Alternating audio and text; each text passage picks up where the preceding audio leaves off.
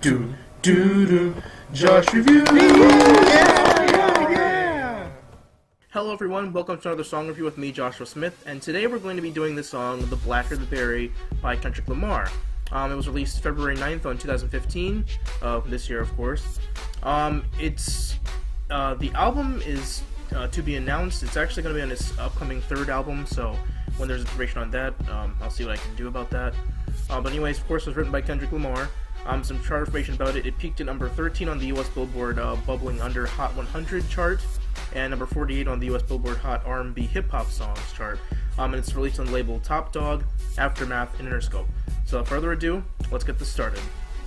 This song, The Blacker the Berry, has recently made a huge impact not only on the hip-hop or music industry, but pretty much all over the country. Without giving too much away too early, this song is a racially charged song that both conveys feelings of self-love and self-loathing, and it does so in a very creative and near-genius way. The title has several means of origin, one of them being the novel The Blacker the Berry by Wallace Thurman, and it apparently shares a lot of the same ideology with that book. Most hip-hop fans would probably recall that phrase from Tupac's big hit, Keep Your Head Up, which also shares a lot of the same ideals of this song. The song is also a bit of a parallel with his other hit, I, which talks a lot about, loving yourself as an African American, but this song is darker and makes more references to violence within the African American community and racism throughout the entire country. Each verse Kendrick spits begins with the phrase, I'm the biggest hypocrite of 2015, but he doesn't really elaborate on what he means until the very end of the song, so we'll get to that when we get to it. His voice is incredibly gritty and brittle in the song compared to I, which had his voice more high-pitched as if he was just speaking. The beat is hard and contains a heavy drum pattern sample, but the focus is definitely not on the beat, but the lyrics. He goes on talking about how racists in the country hate him and his culture, giving a big, F you to them, basically. Saying he's proud of his heritage, all the while there's something even bigger bubbling under. He makes references to how drugs are brought into his communities growing up, causing people within it to kill others, how people are jealous and hateful of how successful he is as a black man, driving the nicest cars, making all this money, and people are trying to figure out why he's so special, hence the whole CAT scan bit. They're trying to scan what makes him so special and so successful. Throughout the song, you have a chorus section which repeats the phrase, the blacker the berry, the sweeter the juice. And on the final time this phrase is uttered, instead of it saying the blacker the berry, the sweeter the juice, it's changed to the blacker the berry, the bigger I shoot. And this is really powerful in that the blacker the berry, the sweeter the juice is meant to be a positive message about how being black is beautiful, but then immediately flips it into a reference of how racist cops believe that black men are dangerous, and it's supposedly giving a good reason as to why they racially profile and why it's okay to gun down black men. Right after there's a hook section by Jamaican DJ Assassin, who you might know from the song I'm In It from Kanye West's album Yeezus. He makes clever comparisons to how before blacks were in chains and now we're wearing chains around our necks, and how we used to be whipped and now we're driving whips or cars, and so on. Now, the third verse is definitely the most important section of the song. Why? Because everything finally comes full circle. He describes things like how his skin is as black as the heart of an Aryan, perhaps the most genius comparison on this song, and how his name is black like the names of Darius and Tyrone, how two South African groups known for having one of the biggest rivalries on the entire continent, the Zulu and the Xhosa, remind him of the rivalry between the Crips and the Pyrus in Compton, and so on and so forth.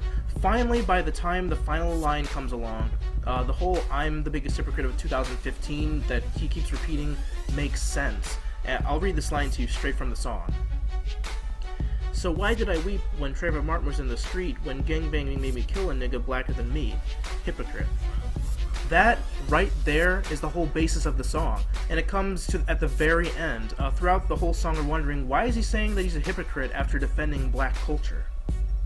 The truth is that while we blacks may get on cops and racists for being the way that they are, we totally overlook the fact that we blacks are killing each other, and we pay no mind to it. Kendrick is questioning why he was grieving the death of Trayvon Martin when he himself has murdered another African American. He's wondering what right it gives him to be upset, and is basically telling people in the black community to rethink the idea of violence against blacks. And while there may be racist cops gunning down young black youth, we have young black youth gunning down other young black youth. We may be proud of many things as African Americans, but this is a problem that we need to tackle in our own communities before we can 100% blame cops for gunning down young black youth. And at the very end, after all is said and done, there's a bit of a smooth, jazzy section that it's kind of like the calm after the storm. Overall, this song is powerful and it's truly a throwback to classic themes within hip-hop, where a lot of it talked about black empowerment, but at the same time it's a wake-up call for the black community in general. Kendrick has been stirring up a lot of talk with his words and music lately. His controversial verse on Control, I, and now this. But in my honest opinion, Kendrick is just what hip-hop needed. Someone who's willing to call out other artists who have been slacking or who have been giving hip-hop a bad name, more messages about black empowerment, which is really what hip-hop is built upon in the first place, and there's no telling what he'll come up with next. And what's really impressive is that he released a song right after the Grammy Awards, in which he won 2 awards for I.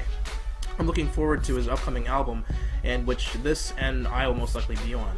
Anyways, thank you for joining me on this another song review, sorry. If you want a song or album to be reviewed that you like or may recommend, just leave a comment down below, and I'll get to it as soon as I possibly can. But again, thank you for watching, and so long.